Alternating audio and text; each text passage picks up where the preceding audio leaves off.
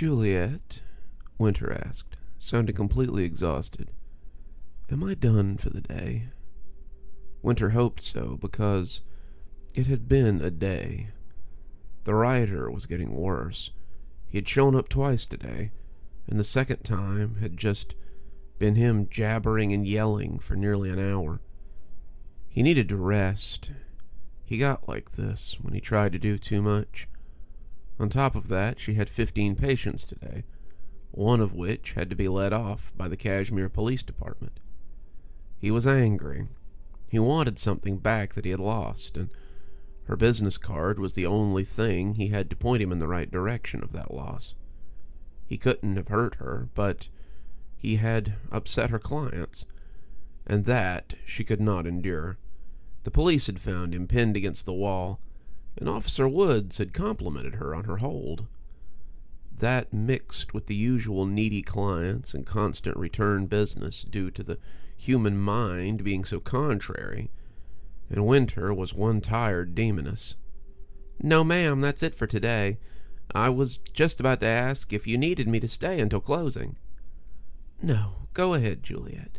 I'll see you tomorrow for more fun and games." "Cool. I had a date to get ready for," Juliet said, standing up and stretching as she gathered her things. "Night, boss." "Good night, Juliet." Winter sighed as she went and locked the door and headed to the back for her daily charting. It wasn't going to take long. Most of what she called charting was more like inventory. It all mostly read like, Tuesday, June 1st, remove crippling doubt from M. Smith, stored on premise.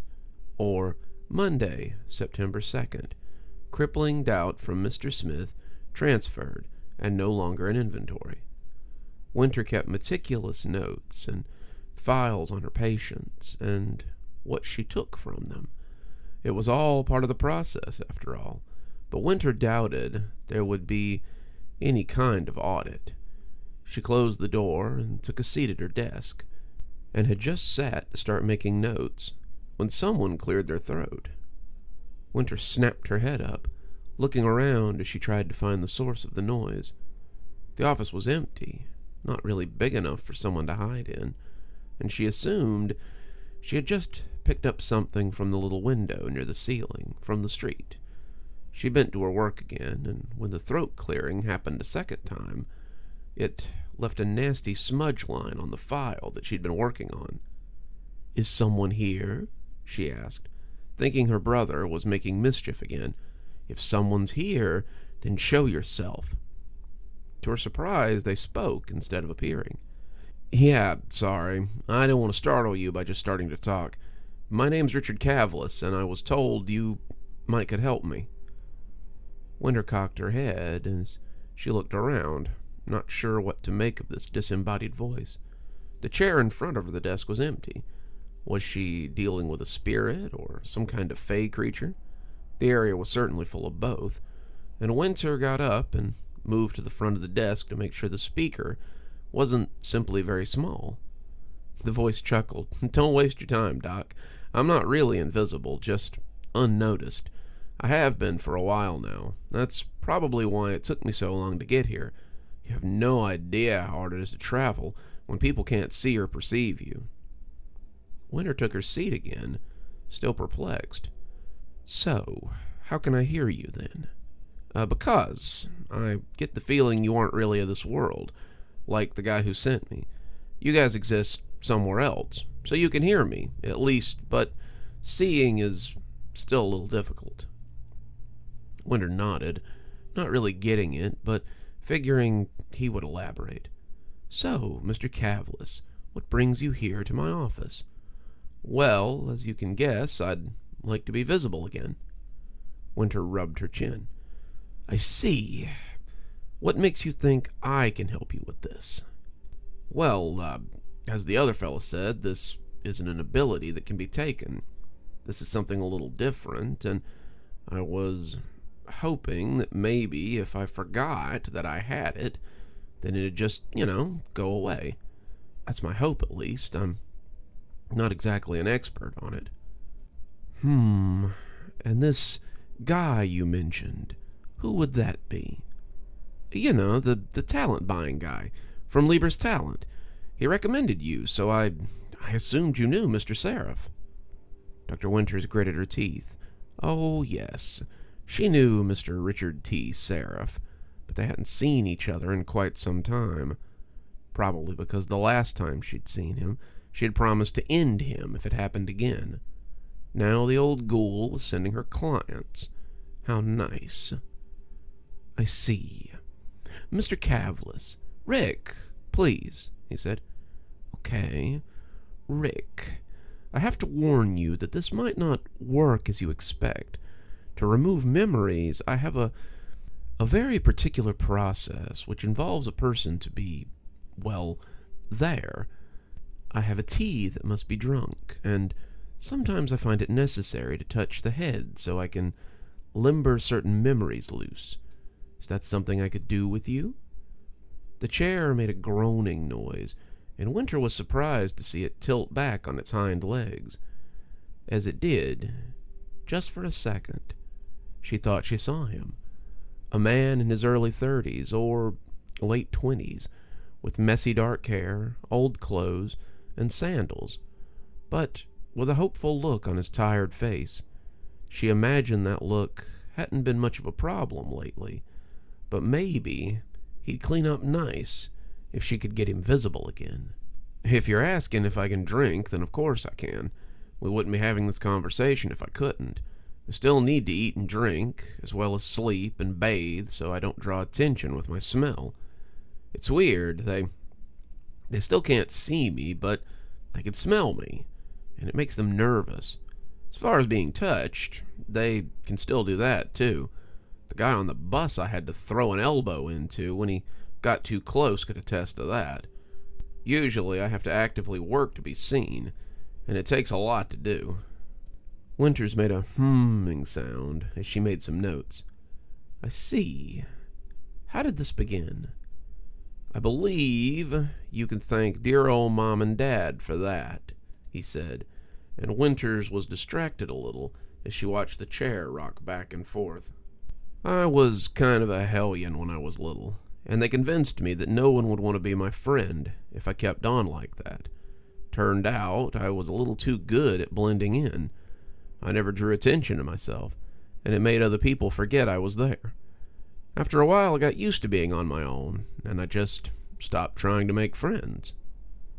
Winter had gone to the little hot plate in her office, making tea as he talked about his childhood. That must have been rough, she said, getting it to boil. Not really, he said, and she could almost imagine the shrug. You'd be surprised what you get used to after a while. Honestly, I didn't even notice I was disappearing until I got out of high school. I knew I tended to blend in, but it was never really a problem. They accepted my work at school, and I was excited enough that I got my diploma and moved on. But it wasn't until my parents changed my room suddenly that I realized something had happened. I tried to talk to them about it, and they seemed confused that they had forgotten about me, but every day it seemed like they had forgotten me all over again. Finally, I just moved out, but that was only the start of my problems. The tea kettle was whistling now, and Winter poured him a cup and brought it to him. Here, she said, and tried not to flinch when the cup floated off. It's winter cherry and ginseng. It helps you forget sometimes, and brings out the things you might want to forget. The steam flickered over the cup, and she realized he was blowing on it before he took a sip and smacked his lips. That's good, he said, taking another sip and hissing. It's hot, though. So, college must have been interesting, Winter said, making notes as he sipped. You said it. I went to enroll and they ignored me. I stood there waving and yelling for nearly an hour before I finally realized what I should have seen with my parents. I've been blending in for so long that it stopped existing, at least where people could see me. So, I took online courses. I ordered a lot of DoorDash, and I worked remotely. You have no idea how many times I've almost been evicted because they thought I'd abandoned my property. The phone seems to be able to pick me up, though, so I do a lot of things over the phone. Winter nodded, listening for the dreamy quality that she often heard in her voice as the tea started to take effect. That must have been hard. Humans do enjoy company, from what I've come to understand. I guess, but I had also gotten used to it. I was a creature of habit. I bought what I wanted, I ate what I wanted, and I wasn't bogged down by things like family or friends. I could do anything. I could go anywhere. I haven't exactly been a saint either. Sometimes, when I couldn't afford things, I would just take them. No one could see me, so I wasn't likely to end up in trouble.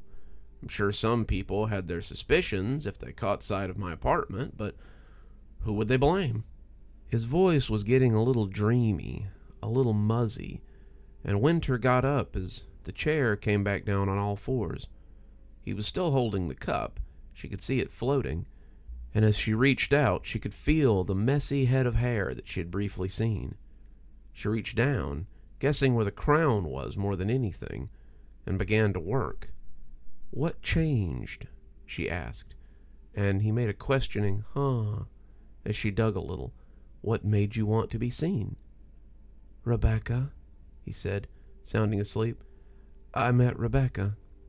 "You met a girl," she said, trying not to laugh. "That's hard enough for visible people, let alone a ghost." "A ghost is just what she thought I was," he said, squirming a little under her fingers. "She was smoking out on the fire escape, this cute girl with her baggy pants and her crop top, and I just stood there looking at her.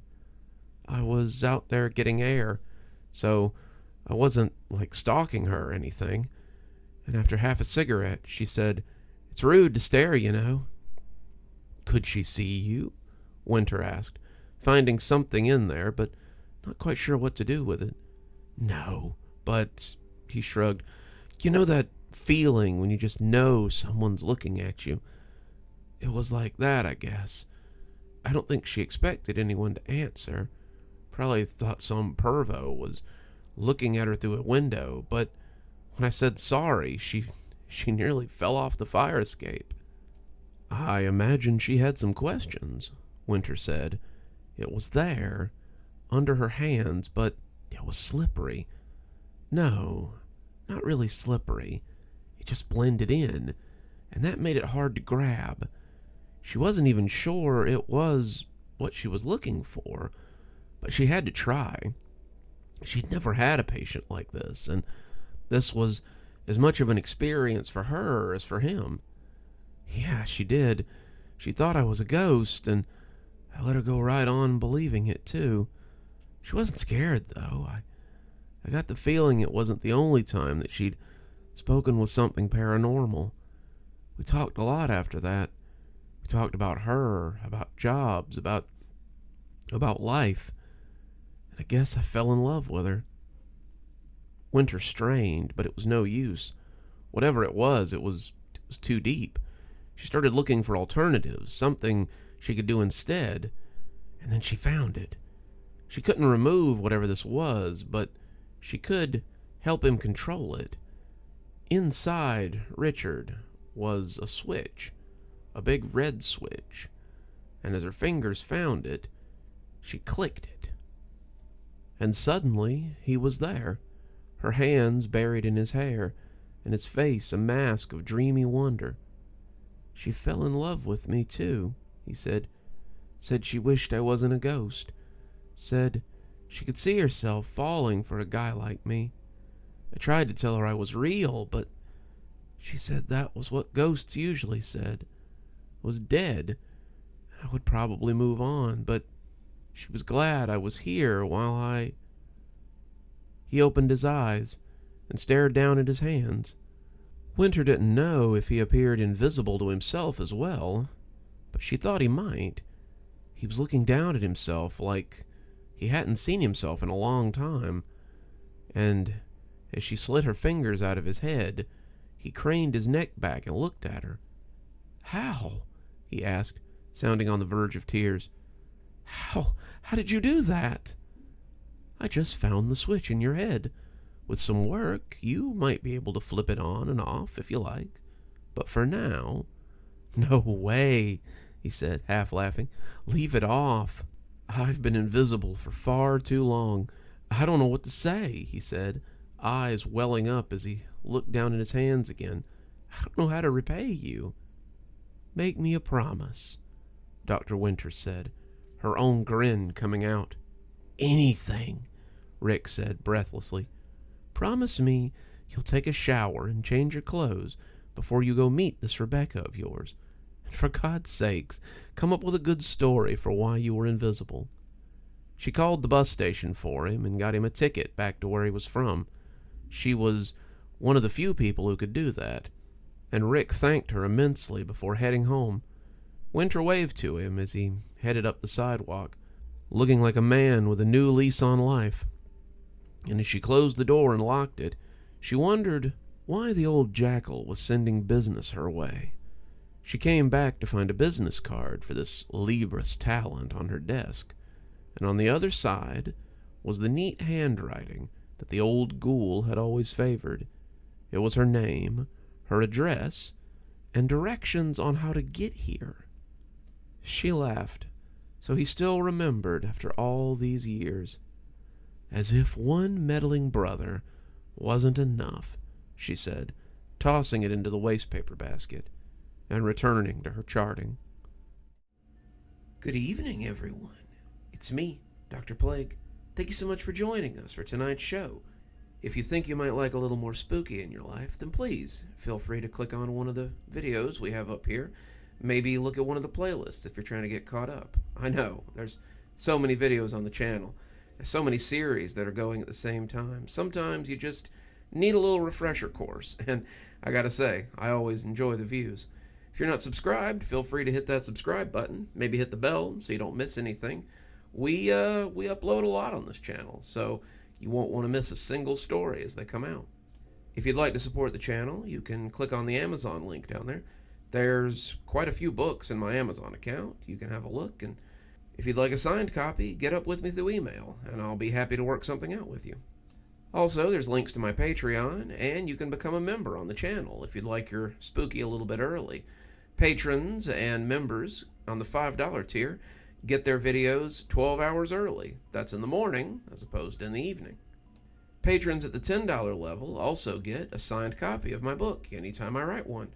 Speaking of my patrons, you should see them appearing right now. Just wanted to take a minute to say how much I appreciate all of you.